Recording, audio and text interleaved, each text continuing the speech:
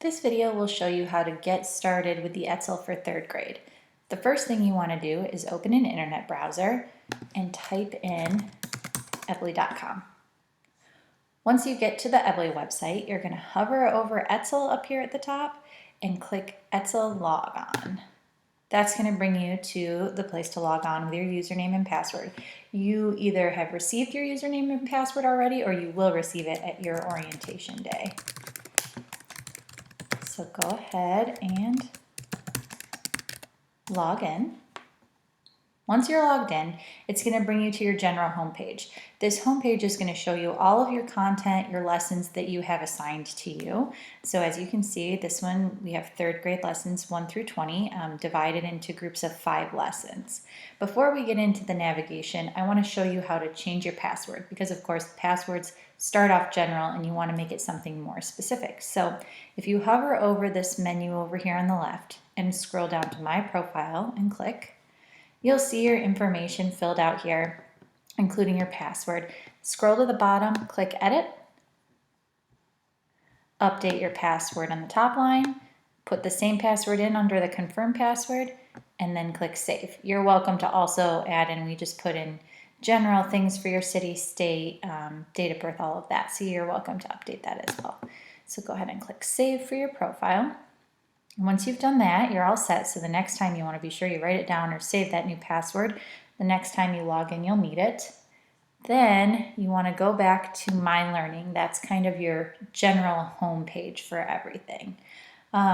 Before we get into the actual lessons, I want to show you the content that comes before the lessons. So it's actually in lessons 1 through 5. So to get to these, this content, you're going to click on this square to the left of 1 through 5.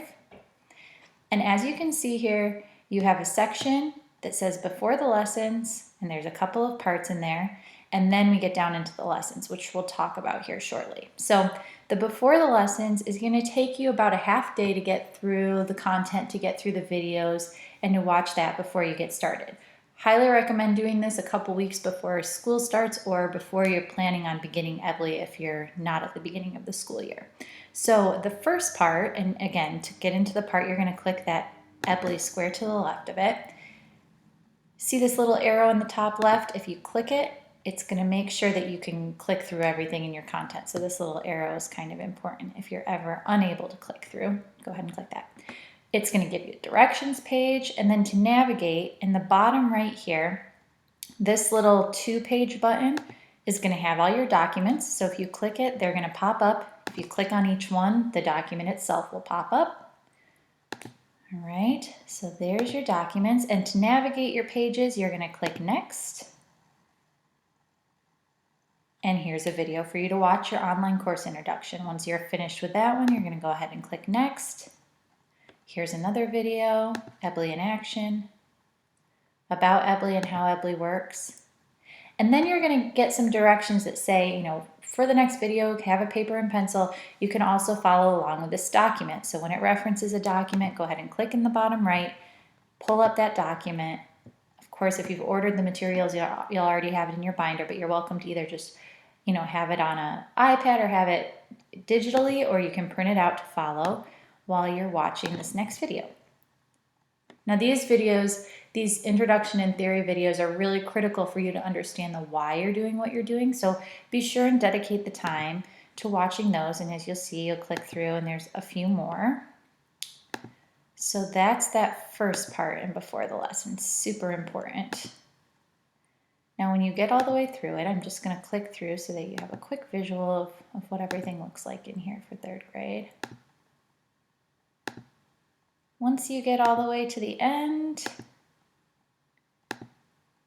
you're going to want to, and this is kind of important, you don't want to close out of the entire tab. So you don't want to click out here. You want to click the X that's in the top right corner, and it's going to take you back to that first 5 lesson pod that you had clicked in. And now, of course, you can see my progress shows that I have completed the introduction and theory. So once you've clicked through all the pages, it shows it is completed. So be sure you're actually watching the videos. That's really important. This next part is assessment. Now, a note on this one. There are a few assessments, and these are formative assessments for you to use to track how well your EBLI instruction is going. You can use them. We definitely suggest, and again, I'm going to click my little arrow, that you do these 2 assessments, and then it's going to give you directions in here. But you can go ahead and do the assessments and not worry about scoring them until after. So you want to give them the writing and the spelling assessment before they get started with EBLI. And then once they're done, it gives you directions for making student assessment folders. These are not going to be necessarily like the assessments you're doing for school. They're going to be more where you're actually handing out, the papers to the students, printing them from here, that kind of thing. And they're for your information. So they're not really to send home or to compare with other classrooms or anything like that. It's just more to see how are your kids doing after you've taught a few months of EBLI. Check in and see. So that's what that's for. They're pretty simple and quick and easy. For the color coding in lessons, this is important too for 3rd grade. Now, some of you have students who have never had EBLI before.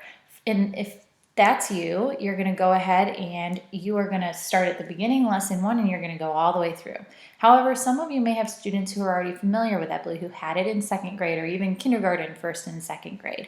So this color coding section just talks about if you have students that are new to EBLI, this is what you're going to do. If you have students that are familiar with EBLI, there's a color coding system to where you are going to only teach the blue lessons, and you're going to skip the green lessons because the green are going to be more like review. So anytime there's a blue square next to it, you teach it. Anytime there's green, you don't. And that's only for people whose students have had EBLI previously.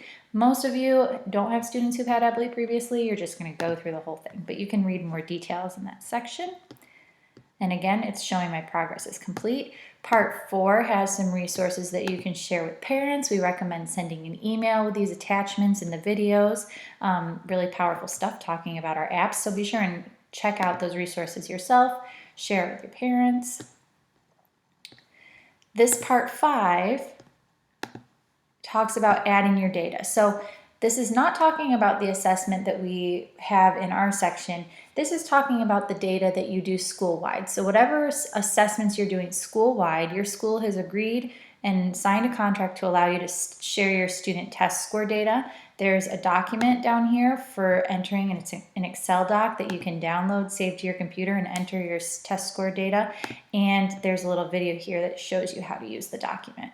So be sure and do that again, beginning, mid, and end of year. And at the end of the year, you're going to upload it, the document, back to us. Part 6 just talks about the materials your students will need because they're all going to need a whiteboard, marker, and erasers. You may need to order some books if you don't already have trade books. So it has a list of those. And also, it'll give you information about the binder. So if you have already ordered a binder, you're all set.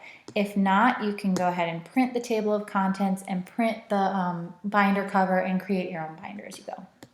This final part, part 7, is about community. So it talks about where you can go to connect with others who are going through the ETSL in your grade level, others who know EBLI in general, how to get questions answered. So it gives you directions for how to get to the discussion boards where you can post questions. So read through that one. That's important, powerful stuff as well.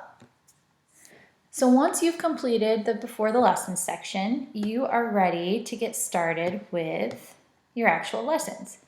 So what you'll see, and again, we are in the 3rd grade lessons 1 through 5, we're within that part. You'll see that each lesson has it has an A and a part B. So that's 2 different activities within each lesson.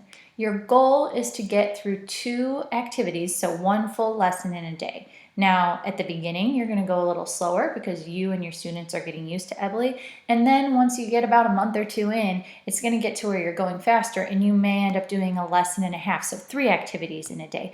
Just wherever you end up, go ahead and pick up there the next time that you come back to it. And what you'll see is within each activity or within each A and B part, there's going to be a part that has teacher learning and a part that has student learning. So if we click into the teacher learning, we'll just go over that for a second. The teacher learning is going to have notes for you. This one, since it's the first one, has a few more extra things. And then it's going to show an overview video. So this is Nora teaching this activity in a classroom. So you get to watch a video of that. Then you're going to have steps and helpful hints documents. So the steps document is word for word exactly what you're going to do, bolded exactly what you're going to say to teach this to your students. The helpful hints just talks about why you're doing what you're doing. So it kind of is posed like questions and answers. It tells what you explicitly teach, the whole purpose of the activity. Why do I play the point game? And then it tells you why. Why do I redirect the student if they say the letter name instead of the sound? And it gives the reasoning. So if you're wondering why it is that we do things the way that we do, this is going to explain to you why the helpful hints. After that, the first time Nora teaches and the first time you teach, you're going to have a training video. So this video goes along with those steps and helpful hints documents. You can be using those as you watch the video. Watch that training video. It's going to give you a visual that goes along with those documents. And then it's going to give you a helpful hint. Remember to say the sounds, not the letter names. So that's the teacher learning. Then, and again, it pops you back up to the top, so you're going to have to scroll back down to where your progress was, and then you're going to go into the student learning section. Now, the first time that everything's taught, and oftentimes the first few times, there's going to be a video of Nora teaching your students. So for the first few weeks that you're going through this training, you'll actually be facilitating instruction to your students. They'll be watching a video of Nora to learn. So this is going to tell you what the students need as far as materials. It's going to give you a few important notes as you show the video to your students. And it does say, oh, here's a little introduction to the course for the students, and then here is the student lesson. It does say you're welcome to watch it first. We do recommend that, especially the first few times, so that you have an idea when she asks you to pause and what she's going to ask you to do and how she's going to ask you to help out the students. But this is the video you're actually going to show in the classroom to your kids, and then they will be all set without tearing them away. So that is the general flow of each lesson. And again, that was the first activity, so the first half of the lesson. Now the second half of lesson 1 is a sound lines activity. And again, it's got teacher learning and it's got student learning. So let's go ahead and click into our teacher learning. It's going to start to look familiar and get rather repetitive in that they're going to have the same types of resources in each one. So again, it starts with an overview for you, the teacher, to watch of Nora teaching the activity in a classroom. Now you've got your steps and your helpful hints documents for sound lines. Next, you're going to have your training video that you can watch that go along with those documents and another helpful hint. So there's the teacher training. And again, if you scroll down, you'll see now your progress is through there. The student learning portion is going to be telling you the directions. Here's what the students need. And then here's our student lesson video to show to our kids. What we do ask is at the end of every lesson, so in part 4 of every lesson, there's going to be a feedback form. This is also something that your schools have agreed that you'll share with us your feedback. So you're going to click it. You're going to choose your grade level. You're going to choose your lesson, which was lesson 1.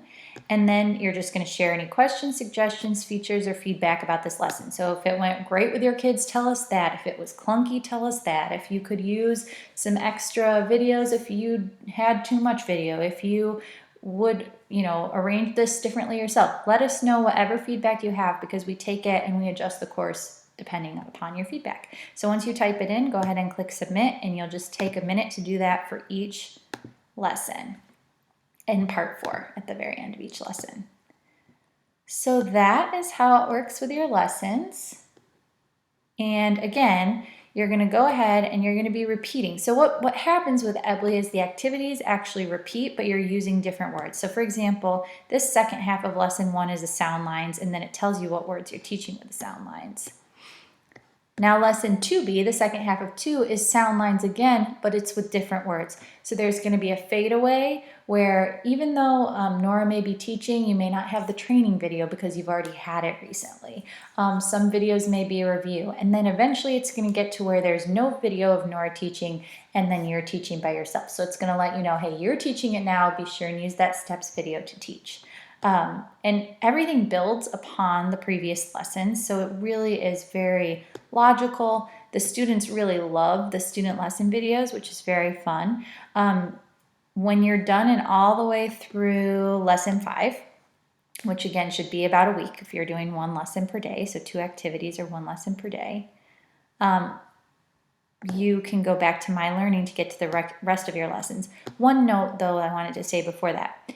When you're doing the teacher learning portion, let's say you've got an hour of planning. What you can do is you can say, okay, I'm trying to get through lessons 1 through 5 this week. So I'm going to go through and I'm going to watch all my teacher learning and I'm going to do all my teacher prep.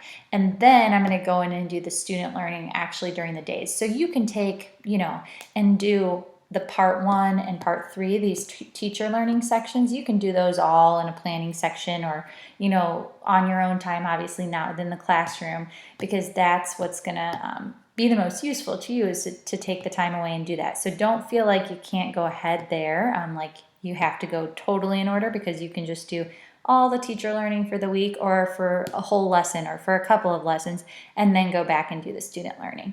And also it's going to be very heavy on videos at first, again, because you're just learning, and then it's going to get a lot lighter as you get into week 2, week 3, and especially weeks 4 and beyond. It's going to get a lot less video and a lot more gradual releasing you to independence with teaching the activities. I did want to show you the discussion board over here.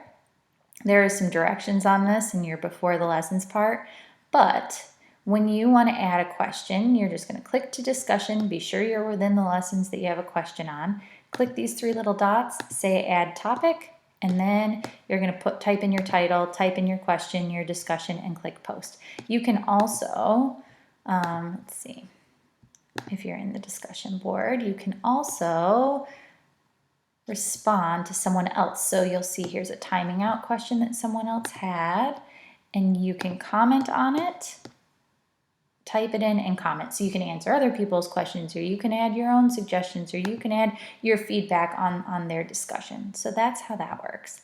And I just wanted to show you really quickly, when you're ready to go on to lesson 6, you're going to go back to My Learning. And what it's going to show is that you're in progress on 3rd grade, because I didn't click into every single lesson, so it's telling you that progress. Once you're done all the way through 5, you can click in and you'll see here, now you've got lessons 6 through 10, all of your parts. So just go ahead and go in order. It's really easy to follow through because there's just a flow of where you're at, and it's also going to tell you your progress for every single part. The only progress it doesn't tell you is if you've started to watch a video and you're in the middle of it and stop, it won't tell you that you're only halfway through. So be sure and keep track of that. And if you have any questions at all, shoot us an email at info@ebley.com, and we will do our very best to help you out. So I hope that you enjoy the ETSL, and do reference this video if you ever need to remind yourself how to kind of navigate through everything. Have a great time, and let us know if you need anything.